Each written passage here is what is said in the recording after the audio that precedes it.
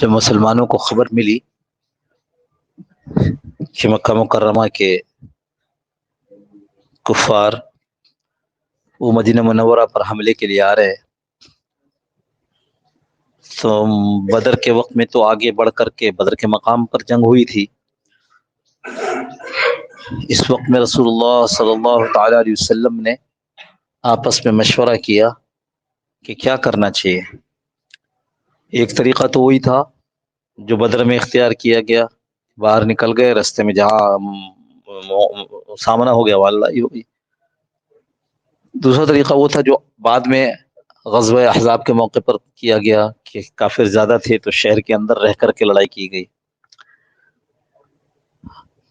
تیسرا جو یہ دوسرا آپشن اس وقت آیا نہیں تھا، میں عرض کر رہا ہوں کہ دوسرا یہ طریقہ تھا، لیکن جب مشورہ کیا تو یہ کہ شہر کے اندر رہ کر لڑائی کریں یا باہر نکل کر کریں، نوجوانوں کو جو جوش والے تھے ان کو یہ ہوا کہ نہیں، بدر کے موقع کے اوپر جو ہے وہ ہم رہ گئے تھے اور بدر کے موقع پہ 313 تھے اور اپنے سے 3 گنا کے پر مقابلہ کیا اور غلبہ حاصل کیا، تو اب تو ہم اور زیادہ ہیں، تو باہر نکل کر لڑنا چاہیے۔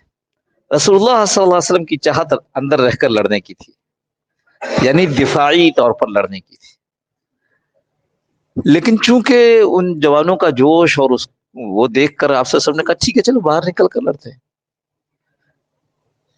آگے بڑھ گئے۔ جب احد کے دامن میں پہنچے اور کافر وہاں تک آ گئے تو آپ صلی اللہ تعالی وسلم نے بہت سی جو ہدایات دی، اس میں سے ایک اہم ہدایت یہ تھی کہ چند تیر انداز جو ہے یہ اس ٹیلے پر، جو پہاڑ احد کے پہاڑ کے مقابلے میں ٹیلا ہی کہلائے گا، گو کہ وہ بھی کہتے تھے پہاڑ جبل الروما، لیکن بہرحال وہ جبل الروما کے کو ہم ٹیلا اس لیے کہہ رہے ہیں کہ اس کے مقابلے میں اس پر کچھ لوگ کھڑے ہوں گے۔ اور میں نے شاید پہلے آپ کو بتایا اس جگہ کی حیت کچھ ایسی ہے کہ سامنے سے کفار ہیں اور یہ احد ہے دائیں طرف اور بائیں طرف مدینہ منورہ ہے۔ آج بھی احد میں جو عمرے پر جاتے ہیں وہ دیکھیں کہ اگر وہ پیٹھ کریں گے احد پہاڑ کی طرف تو ان کو سامنے لمبے 4 مینارے نظر آئیں گے مسجد نبوی کے۔ تو جو اس زمانے مسجد نبوی ہے وہ زمانے پورا مدینہ منورہ تھا، پھر قبائل کی اور دوسرے قبیلوں کی آبادیاں جس کو مضافاتی آبادیاں کہتے ہیں وہ تھی، ان سے باہر نکل کر احد کے دامن کے اندر یہ واقعہ پیش آ رہا ہے۔ تو اب اس طرف مدینہ منورہ ہے، سامنے سے کافر آئے ہوئے ہیں، ادھر احد پہاڑ ہے، تو جہاں سے آئے ہیں وہاں سے تھوڑا سا قریب آ کر ایک گھاٹی سی ہے، گھاٹی سمجھتے ہو، جو اونچائیوں کے درمیان، جس کو ہم خندق تو نہیں کہہ سکتے، نالے جیسی بات کہیں، کھائی کہیں گے لیکن لمبی۔ تو آپ صلی اللہ علیہ وسلم نے اس کھائی کے بالکل متصل ایک ٹیلا تھا، اس ٹیلے پہ چند تیر انداز مقرر کر دیے اور یہ کہا کہ دیکھو کسی بھی حال میں نیچے مت اترنا۔ حضرات صحابہ جب دیکھا کہ جنگ ختم ہو گئی اور لوگ پیچھا کر رہے ہیں، اب قیدی بھی بنائیں گے، مال غنیمت بھی حاصل کریں گے، تو چند صحابہ ان میں سے تھے 50 میں سے، اکثر نیچے اتر گئے اور بھاگتے دشمن کا پیچھا کرنے لگے۔ خالد ابن ولید جو اس وقت تک مسلمان نہیں ہوئے تھے، انہوں نے وہ جگہ پہچان لی تھی، تو وہ کچھ تیر انداز کو جو بھاگے آگے ان کو لے کر کھائی میں اتر گئے، اور کھائی میں چھپے چھپے، اب مسلمانوں کو نہیں پتا ہے، کھائی میں چھپے جدھر مدینہ منورہ ہے اور وہ کھائی، اور کھائی کے بعد جبل روما جس پہ تیر انداز متعین ہے، تو یہ ادھر سے ہو کر احد کے والے میدان میں آ گئے، اور جو اوپر تیر انداز تھے وہ مقابلہ نہیں کر سکے، وہ سب شہید ہو گئے۔ اور جنگ کا نقشہ ایسے پلٹ گیا کہ آگے کافر بھاگ رہے ہیں، پیچھے مسلمان ان کا پیچھا کر رہے ہیں، اور یہ خالد بن ولید پیچھے سے آ گئے، گویا مسلمان دو طرف سے پس گئے۔ ادھر سے جب تیر اندازی شروع ہوئی پیچھے سے، تو مسلمان بھاگتے دشمن کو چھوڑ کر اپنے آپ کو ادھر لڑائی کرنے کے لیے مڑے، تو ادھر سے کافر بھی مڑ گئے اور یہ بیچ میں پس گئے۔ کچھ نقشہ سمجھ میں آیا؟ ہمارے شیخ کہا کرتے تھے اور وہ کسی کو آگے نقل کرتے تھے کہ جنگ بدر یہ لا الہ الا اللہ کی عملی تصویر تھا. لا الہ الا اللہ, کوئی نہیں ہے جو ہماری جس کی طرف متوجہ ہو اور جو ہماری مدد کر سکے, جو ہمارا خالق ہو, مالک ہو, معبود ہو, سوائے اللہ. اس لیے قرآن میں کہہ دیا یہ یوم فرقان ہے, یہ فرق کرنے والا دین ہے کا دن ہے. ایک طرف اسلحے والے, ایک طرف تعداد میں زیادہ لوگ, ہاں دوسری طرف تعداد میں بھی کم, اسلحہ بھی کچھ نہیں. تو ان کے پاس اسلحہ تھا اور تعداد تھی, اور ان کے پاس اللہ کی مدد تھی. لا الہ الا اللہ کی عملی تصویر کیا تھی؟ جنگ بدر. اور غزوہ احد یہ محمد الرسول اللہ کی تصویر تھی. محمد اللہ کے رسول ہے صلی اللہ علیہ وسلم, وہ پیغامبر ہیں. انہوں نے اگر تم کو یہ پیغام دیا کسی حال میں نہ چھوڑنا, تو وہ صحابہ جو اس میں غلطی کر گئے کہ نہیں شاید وہ جنگ تک کے لیے حکم تھا اور نیچے اتر گئے, بعضوں نے غلط لکھا, اور بہت بدتمیزی کی بات ہے, بے ادبی کی بات ہے, گستاخی کی بات ہے کہ وہ صحابہ جو تھے وہ مال کی حرص میں پیچھے دوڑ گئے, حالانکہ سب کو پتا تھا کہ سارا مال جمع کر کے تو ایک جگہ جمع ہوتا ہے اور سب کو برابر تقسیم ہوتا ہے. لیکن یہ بے وقوف اور احمق لوگ جنہوں نے دین کو انگریزی کی کتابوں سے پڑھا, جن کے پاس کسی علماء اور اولیاء کی صحبت نہیں تھی, صرف لفظ کو دیکھ کر اس کو آگے اپنے مرضی سے اس کا ترجمہ تشریح کرتے رہے. اللہ ہم سب کی حفاظت فرمائے ایسے مورخین, ایسے مؤلفین, ایسے مفکرین سے. خیر, تو حضور صلی اللہ تعالی علیہ وسلم کی بات کی ذرا سی غلط ترجمہ, بات کا ذرا سا غلط ترجمہ یا غلط مفہوم سمجھ لینا, صحابہ جیسے مخلص, لیکن اگر محمد رسول اللہ کی پکی پیروی نہیں ہوئی تو شکست ہو جائے گی. یہ جو آج کا میدان ہے اس کو سوچو. حضرت رسول کریم صلی اللہ تعالی علیہ وسلم اقتدار کے لیے دنیا میں نہیں آئے تھے, وہ اللہ کا دین قائم کرنے کے لیے آئے تھے. اس زمانے میں گو کے اقتدار میں بھی دین ہونا چاہیے, لیکن اس اقتدار تک پہنچنے کے لیے ایک تشریح یہ ہے کہ اگر ہم اس سسٹم کا حصہ بنیں گے تو یہ سسٹم مضبوط ہوگا. ایک طرز فکر یہ ہے کہ ہم کیا کریں, اس کے علاوہ کوئی چارہ نہیں ہے, تو اس لیے ہم ووٹ ڈالنے جا رہے ہیں. ٹھیک ہے, ایسے ہی جیسے ایک آدمی جا کر پوچھتا ہے حضرت پیسے کیا کروں, بینک میں رکھوں, وہاں تو سود ہے, تو کرنٹ اکاؤنٹ میں رکھو, اور اگر سیونگ میں رکھو تو سود لینا نہیں. تو اب بعض علماء کیا کہتے ہیں, اس کے ذریعے تم وہ سسٹم مضبوط کر رہے ہو, سودی نظام. اور بعض کیا کہہ رہے ہیں, بھائی ہماری مجبوری ہے, ہمیں تو رکھنی ہے, لیکن ہم یہ کریں کہ سود لے. پھر علماء کہیں نہیں نہیں لے لو, اس لیے کیا چھوڑ دو گے تو وہ پیسے سے پھر بینک مضبوط ہوگا. تو دوسرے کہتے ہیں کہ نہیں نہیں لو نہیں, کم از کم دینے سود کے اس میں حصے دار تو بنے, لیکن سود لینے والے تو نہیں بنیں گے. لے کر بے شک آپ کہیں اچھی جگہ بھی کہیں اضطراری کیفیت میں کہیں خرچ بھی کر رہے ہو. تو ابھی سمجھ لو یہ تھوڑی سی اختلافات ہے. تو جیسے اس میں اختلاف ہے ویسے اس میں اختلاف ہے. لیکن اگر کوئی مولوی کہنے لگے کہ نہیں نہیں بینک سسٹم تو مطلب اس کے علاوہ کوئی چارہ نہیں ہے کہ ہم اس سسٹم کا یعنی اس میں بینک میں جمع کرائیں, لیکن اس کے لیے حدیثیں پیش کرنے لگے, اس کے لیے شرعی دلائل پیش کرنے لگے, میں پھر کہوں ووٹ سے بالکل اختلاف نہیں ہے. اس مغربی مادر پدر آزاد جمہوریت سے اختلاف ہے, جس میں میرا ووٹ اور ایک کافر کا ووٹ برابر ہے, جس میں میرا ووٹ ایک منافق کا ووٹ برابر ہے, جس میں میرا ووٹ اور ایک مرتد کا ووٹ برابر ہے. نتیجہ دیکھ لو,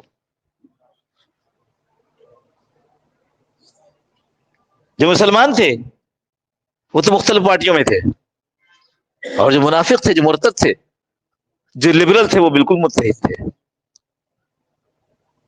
یہ سسٹم ٹھیک نہیں ہے. اس جمہوری مغربی مادر پدر جمہوریت سے یہ اسلام کا مسئلہ ہے. تو جب یہ مسئلہ ہے تو آپ ووٹ رات کو 12 بجے ووٹنگ سے پہلے والی رات 12 بجے فون آتا ہے کہ حضرت یہ بتلائیے کہ وہ ہم سے تو کسی مولوی صاحب نے ابھی یہ کہہ دیا ہے کہ جی یہ کتمان شہادت ہوگا, یعنی اسلام جو کہتا ہے کہ شہادت کو چھپاؤ نہیں, تو اگر ہم ووٹ نہیں دیں گے تو شہادت کو چھپانے کے جرم کے اور گناہ کے مرتکب ہوں گے.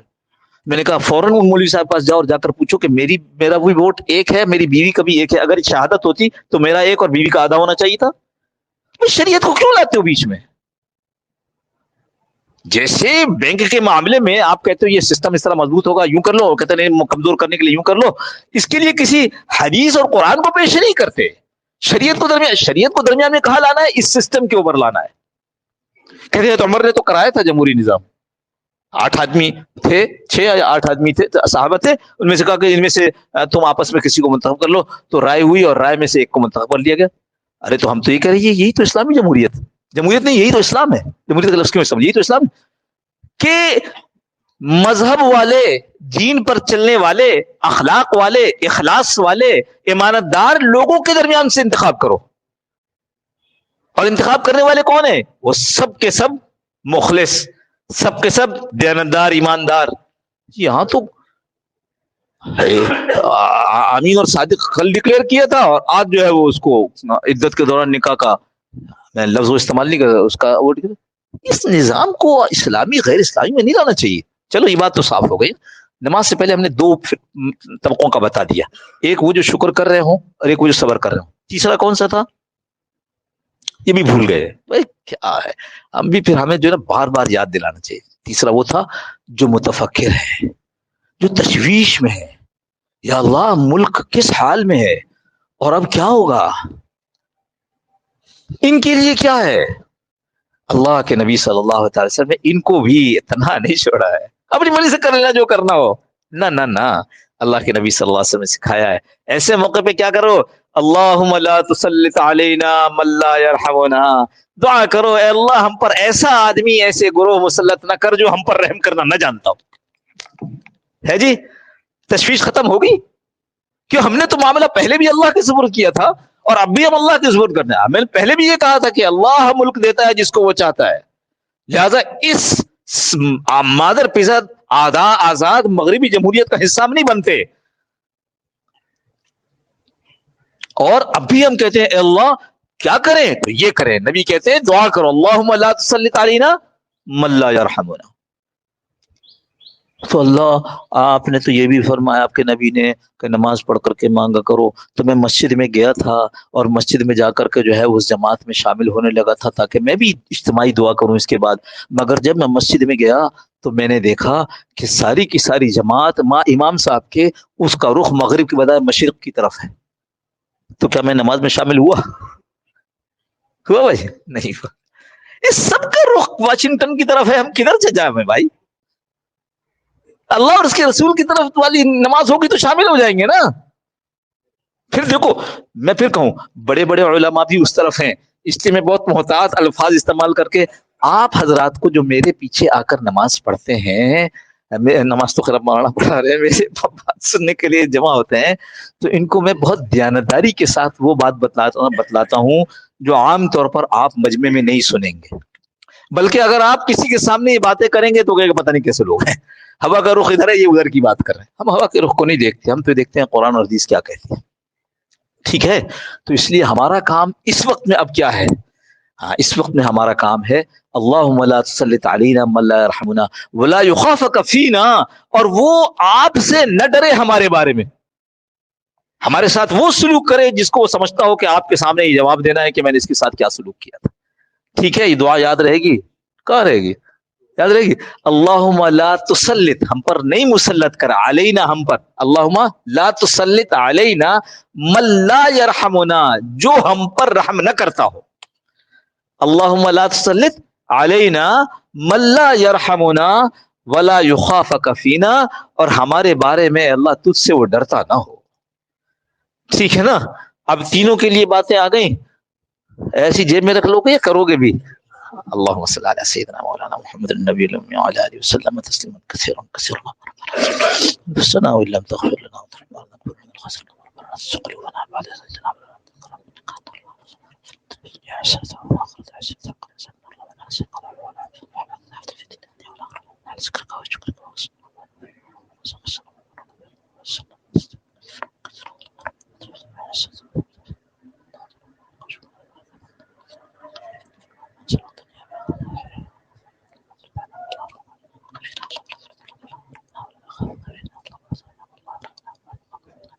صلی اللہ تعالی علی خیر خلقہ محمد وعلی آلہ وصحبہ اجمعین برحمتک یا ارحم الراحمین۔